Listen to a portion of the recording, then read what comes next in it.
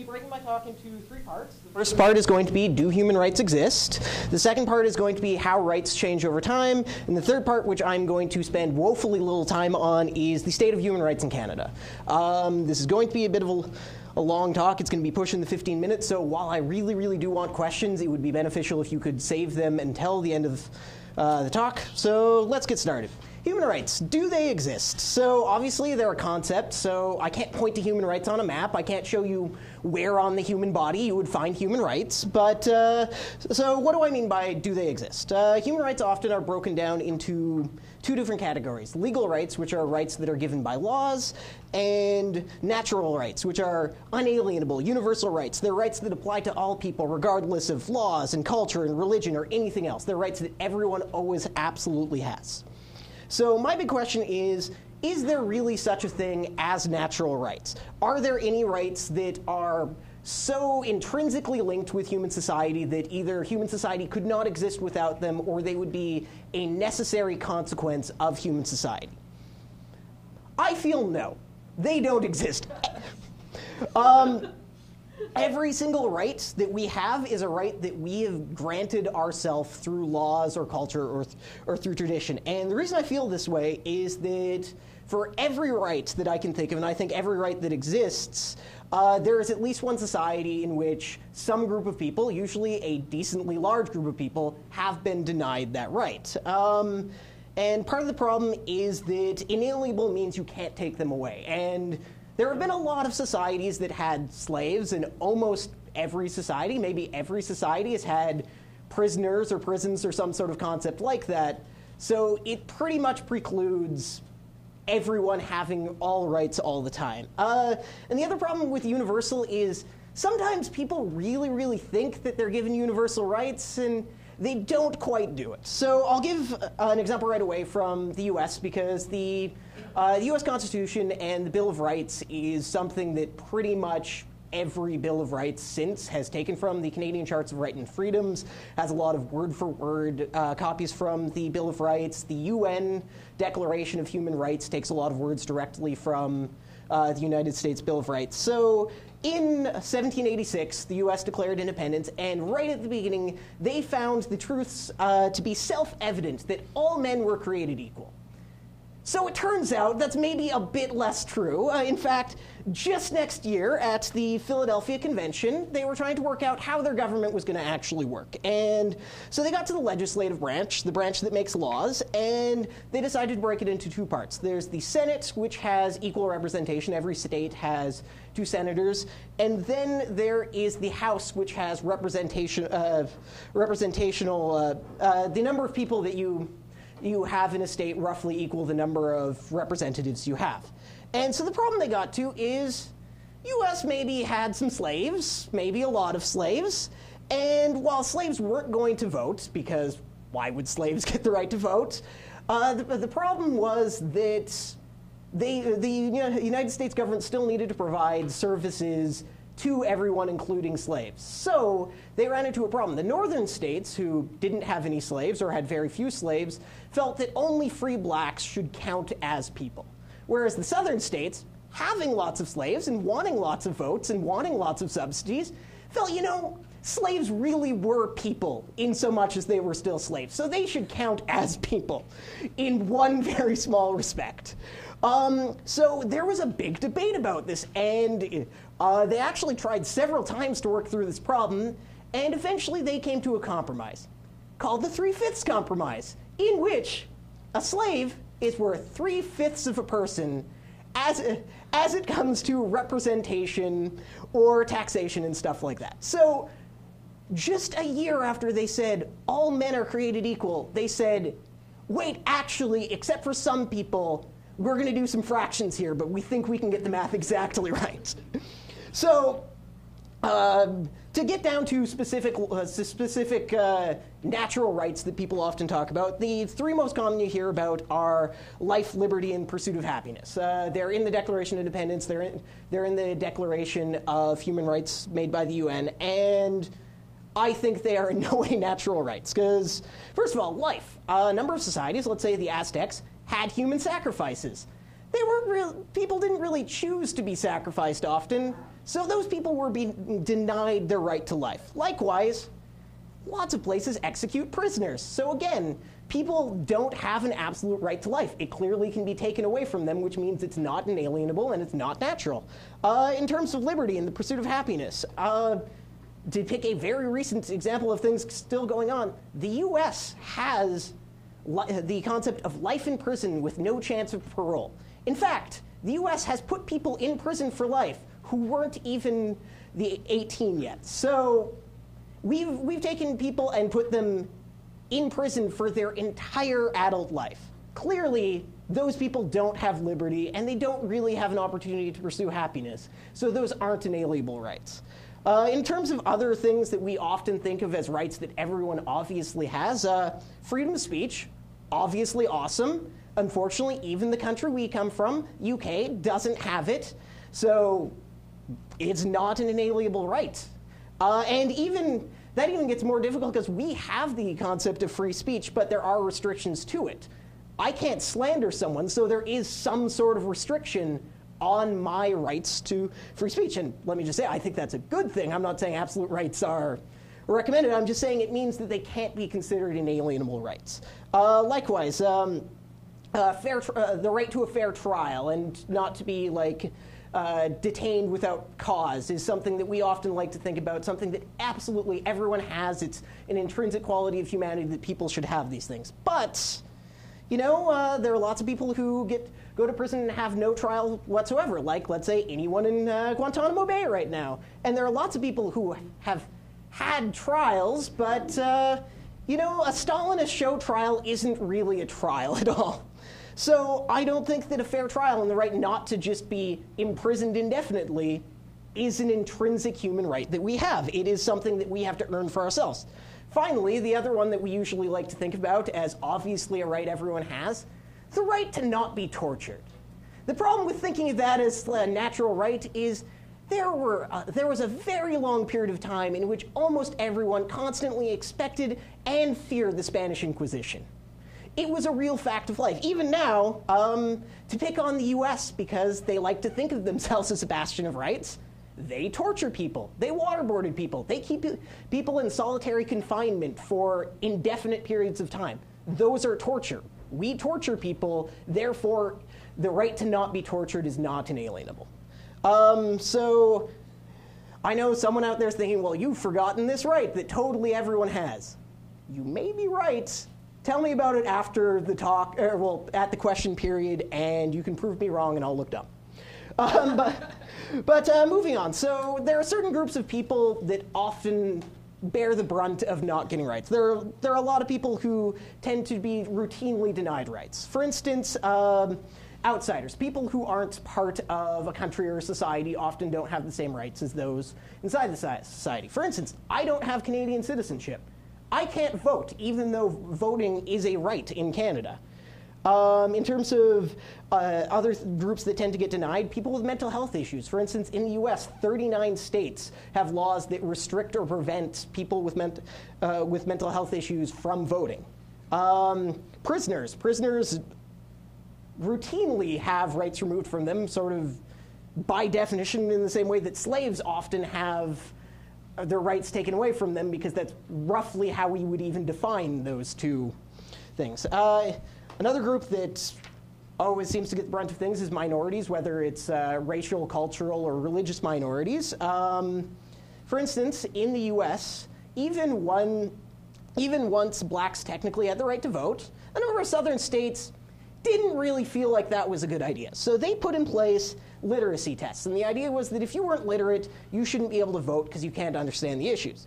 But in practice, what they did is they made an impossible test that they were only giving to people that they didn't want to vote.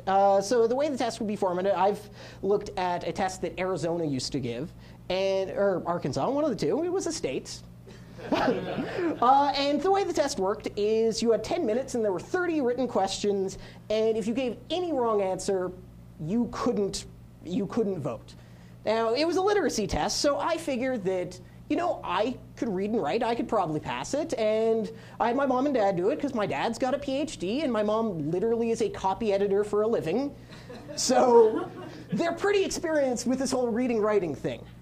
All of us got at least 3 questions wrong because it was impossibly hard. All the questions would be designed so that they would be either mental tricks. There were a couple optical illusion questions.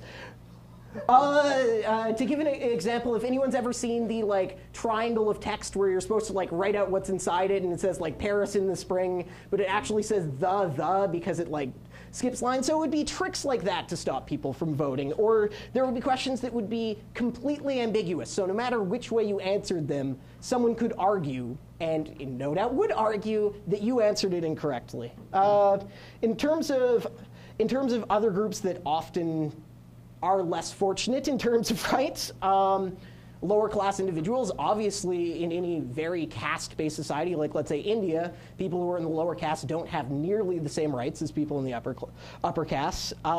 Minors, we think it's perfectly fine for someone who is less than the age of 18 or 21 or any arbitrary age to not have the same rights. And I think to an extent that's reasonable because we can't expect everyone to, at a young age, to be qualified to be able to exercise their rights, but you get into interesting issues like young people can't vote, even though the laws that are created will affect them more than anyone else, because not only will the laws exist throughout their whole lives, but they'll actually live to see the long-term consequences. On the other hand, elderly people, they're the strongest voting bloc. They are often pandered to. They are not going to see the long-term consequences of things like taking money from Social Security. So we've created a system where the people who are most affected by laws also have the least say in influencing them. And finally, the biggest group that is routinely screwed over in terms of laws is women. Somehow we found it all right that, maybe half the population should get half the rights at most. And it's tragic. I worked out the other day that, in fact, the US will celebrate the 100th anniversary of the end of World War I before they'll celebrate the 100th anniversary of women being able to vote. And that's frightening and sad. So when we talk about rights, we often think of them as a progression of increasing rights. Like now we have democracy. We don't have kings anymore or queens anymore. Technically we have a queen, but she doesn't do anything, whatever. And women have rights, and women have increasing rights. They got voting rights, and they have reproductive rights. Someday they'll be able to not be harassed on the street. That will be a right. They'll actually be granted. And we have same-sex marriage now, so we're doing all right, and things are getting better all the time. And awesome.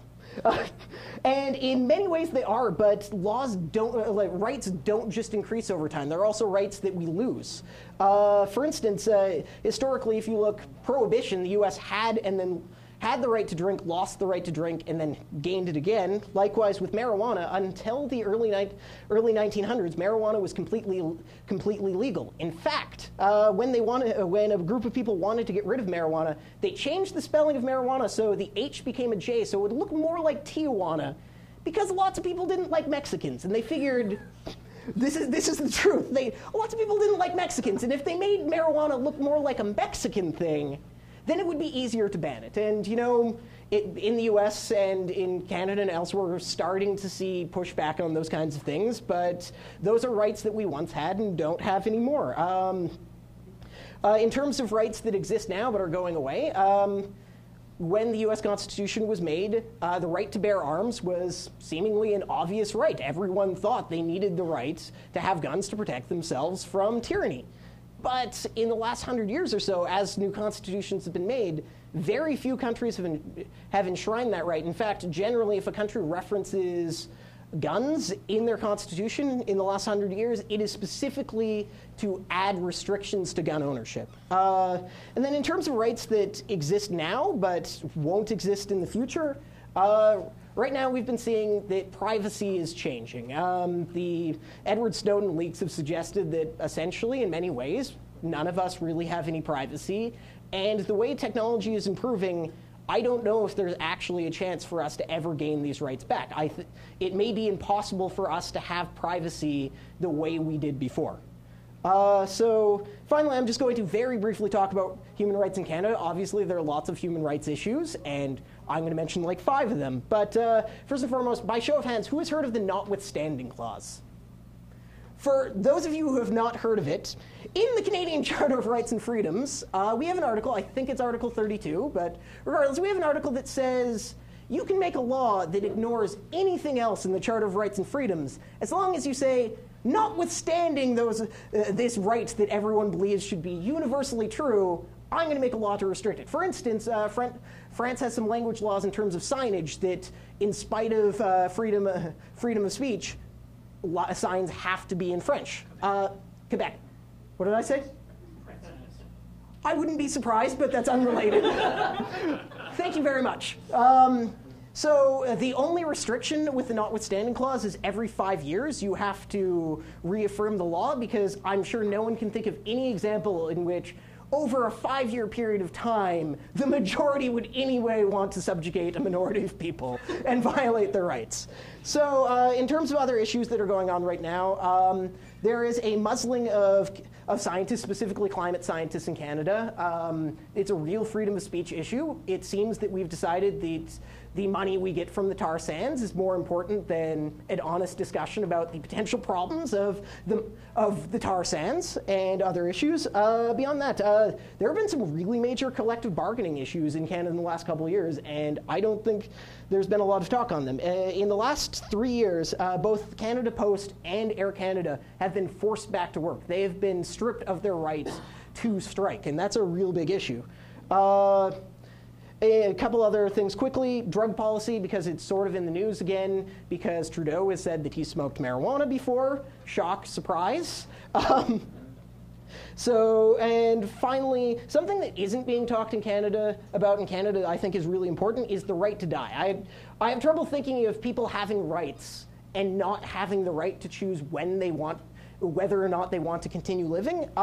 Hasn't really been talked about a lot in Canada. There's been a very interesting case in Britain that's happened recently. It was the Tony Nicholson case, if anyone wants to look it up. Basically, Tony Nicholson was a man with locked-in syndrome. He had full body paralysis, and he petitioned the government for the right to die and was not granted it. I recommend reading up on it. It's very interesting. So I talked about a bunch of things, and in terms of what I actually want you to remember from this talk is there isn't some list of universal rights that we can just grant and be done with, and I think that's a good thing, because every right that we have is one we fought for and earned, and any right we want is one we can attain, because it's no less, there aren't any other rights that are more special than it. Any right is a right we could have. Another thing that I think is important is the idea that just because a right was important in the past doesn't mean it's important now. We shouldn't get bogged down by tradition and restrict ourselves based on what's happened in the past. And finally, while Canada's a great place, human rights issues are happening here, and it's important that we actually make a big deal about it and say something, because we directly influence what happens in Canada. Questions and stuff?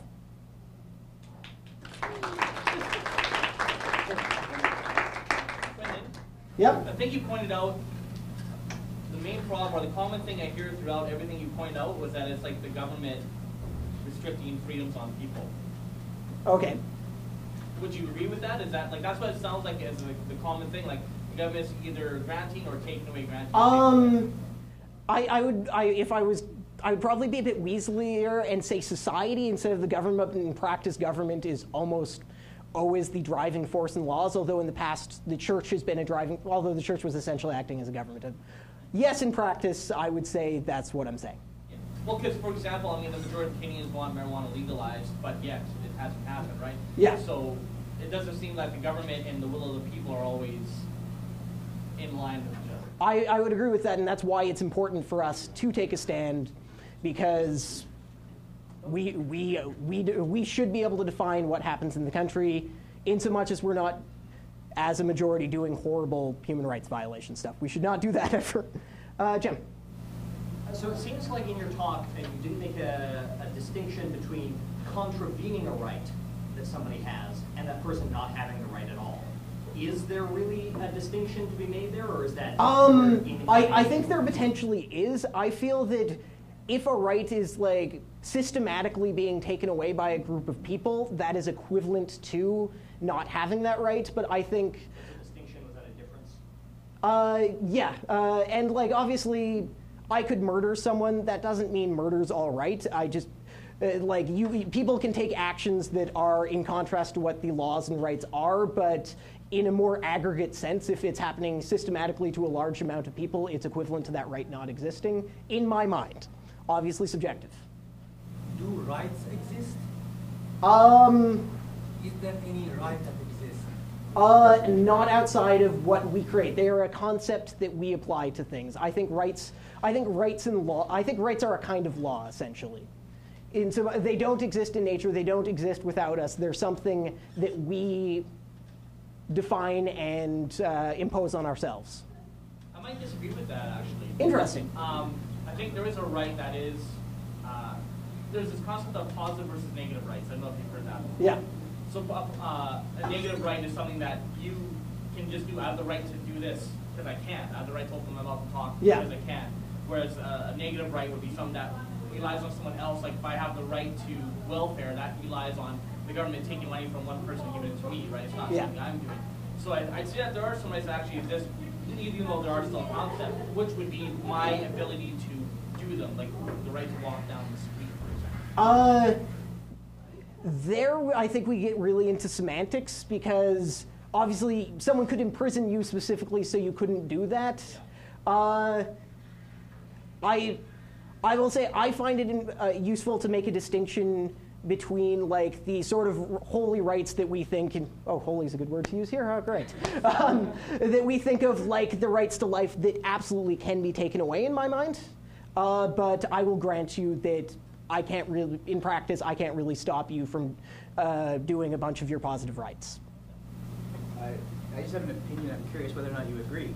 I kind of always felt like the biggest enemy of human rights is apathy, because I think most people, no matter where they're from, sort of want the best for everybody, but often the largest population is very apathetic to enforce what they feel. I don't know, what do you think? I would definitely agree with that, and I think part of the problem is diffusion of responsibility, because there's a lot of general concepts we like, but a lot of people they apply to, we don't really think about actually doing things to do them. It's only really when our rights really are specifically and personally being attacked that we tend to take action, and it's terrible, and I do it. Yes? Hi. I think often in our discourse about rights, there seems to be missing any discourse about the idea of obligations. Do you think that the idea of rights should be measured by a thought of what should we be obligated to do? For example, in the context of democracy and citizenship, we're not obligated to vote, though in Australia I think they are. Yeah. Should we be talking sometimes more about obligations that come with rights that we have, or do you think it's okay to have just rights without it imposing? No, I think obligations is absolutely important. I didn't really focus too much on it. I had limited time. I haven't really done nearly as much thinking about obligations, but I would agree that they're at least as important and go right along with and are in some ways equivalent to rights. I have two questions. Sure. How do you feel about human rights commissions, and how do you feel about the removal of Section 13? Let's start with the second one. What is Section 13? They removed hate speech from the Canadian, I forget what the act is called. Okay, Human yeah. Rights Act. Mixed feelings. I feel like a hate crime is a kind of crime. I'm not sure yet whether I think it is a worse kind of crime. Maybe, but I don't know if I've thought a bit about it, but I haven't come to a definite answer just because I'm not sure if we can properly enough define hate speech and hate speech laws such that they're effective. Obviously, I don't like hate speech. Or hate crimes in general. I guess if I had to pick, I would say I'm probably against us removing that. Unless someone could convince me that there was a good reason to remove it or there was a good reason it shouldn't be there, I don't see why we would take the effort to remove it. What was your first question? How do you feel about human rights commission? The Canadian Human Rights Commission and provincial? I think they can have the ability to do very important things and can be an important part of society. I don't know enough about in practice whether they are successful in that goal or if they are just needless bureaucracy. So I don't know. In theory, they seem like a good thing. In the back? Like, I thought was saying that, like, you know, like opening your mouth and like moving your hands around, that's like a right, right? Yeah. But, you know, wouldn't it also be a right, you know, if there's like someone, I don't like the way he looks in the street, like go and take a baseball bat and hit him? I mean, Arguably, yes. I actually was going to have a section in this where I was going to talk about marriage and how, maybe gay marriage made marriage, like same-sex marriage made marriage universal, but I can't marry multiple people, and I think by all rights people should be able to. But then you get into, should I be able to get into an incestuous marriage? Should I be able to marry someone against their will? There are a number of countries in which I could marry an 8-year-old. And that may be a right. I feel uncomfortable saying it's a right. I certainly don't think it's something it's something I would want to have happen. I don't know if I feel that rights should only be positive things, but I would say arguably it's a right. It's just a right I don't think we should have. There's a phrase, Brennan, the right to swing my arm ends at your nose. Yes. Semantics issue, I would say at point. Important semantics issue, because semantics issues are important. Gary? So speaking of semantics. Awesome. Have you found many places which, because I noticed you didn't do so in your talk, which actively define what they mean by rights? Because you use the term a lot, and there apparently is a whole bunch of different definitions and terms and subtleties and the active or negative rights and so on. Whereas in most cases here, it sounds like you're primarily talking simply about abilities or inabilities and wherein lies the difference in terms of the various legal frameworks. I imagine if I had delved into a bit more into legal frameworks, I would have found more rigorous definitions of rights, but I imagine that they do vary a fair bit across different, certainly across different cultures, and then even across countries and provinces within the same culture. So given that you were talking primarily about US and Canada, what then was the main definition or approximate definition that you were using throughout most of your talk? Oh, very, very well done, sir.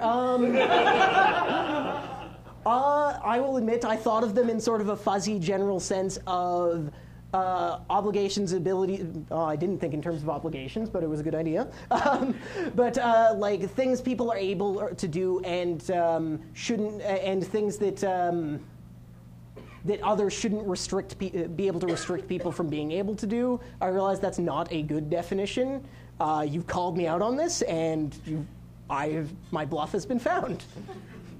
I'm also wondering about the definition. I think you define rights as not something that we're born with, not something that is inherent to every person, but it's rules based on wherever we happen to be right now in society. Yes. Right. So how does this affect the way we think about rights, how we develop rights? I think we all want to establish rules to protect us. I like the idea of everyone just by being a person having rights. I like the idea of natural rights, even though I don't think they exist. I think what it comes down to for me is while I don't think rights are something people are born with, I think they're the kind of things I want people to have in the society I want to live in. Is that close enough to an answer? Awesome. Jim?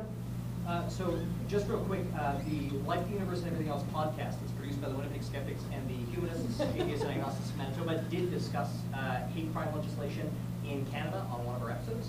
So if people are interested, they can look into that. I was curious, getting back to what Scott was mentioning about positive and negative rights. Can somebody have a right to do something that they're physically not capable of doing? Can I have the right to do something that's impossible?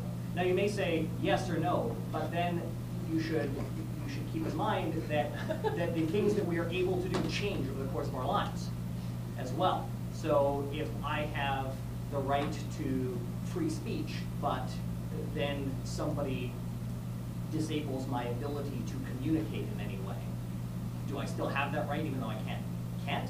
And if so, could I have rights of things that could I have rights to do things that nobody could ever do?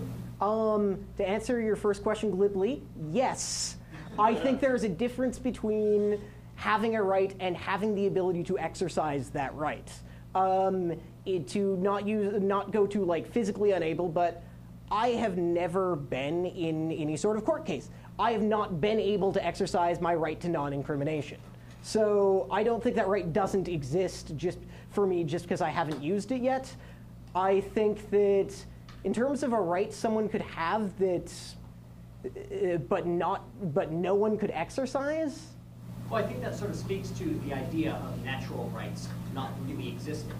Because if suddenly we became post-human and we had the ability to fly or any number of other things, would we somehow instantly gain more natural rights that we didn't previously have? No, and actually I think I might have a good example for how that works.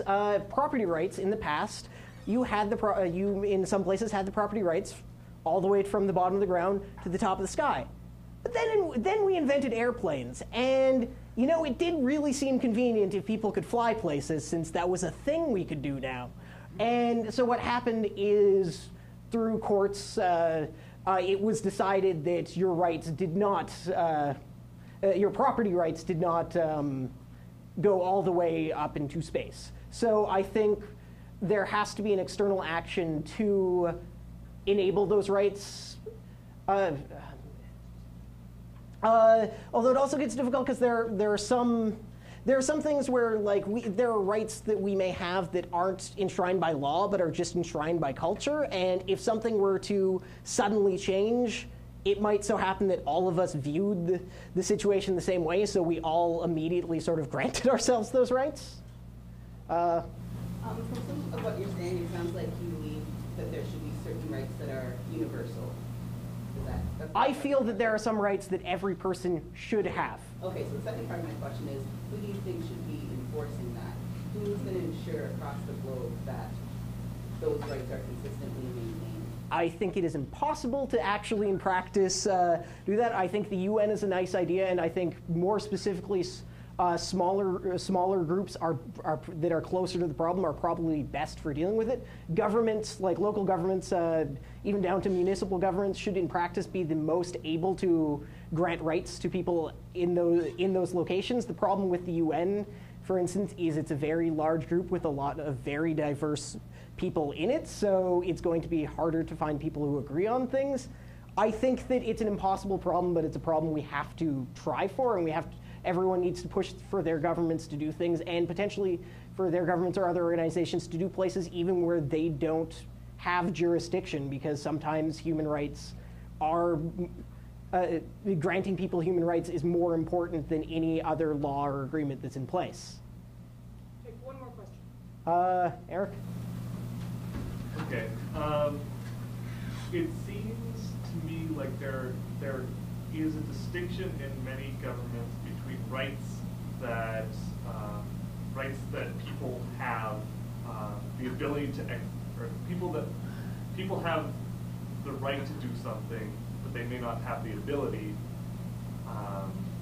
And then there are rights for which the government must provide the ability to exercise. Would the second one an example be providing health care for people? Is that what kind of thing you're thinking about? Or No, something like when people have the right to vote, voting areas must be accessible to people who use wheelchairs, for example. Okay. But there are obviously some rights where that doesn't apply.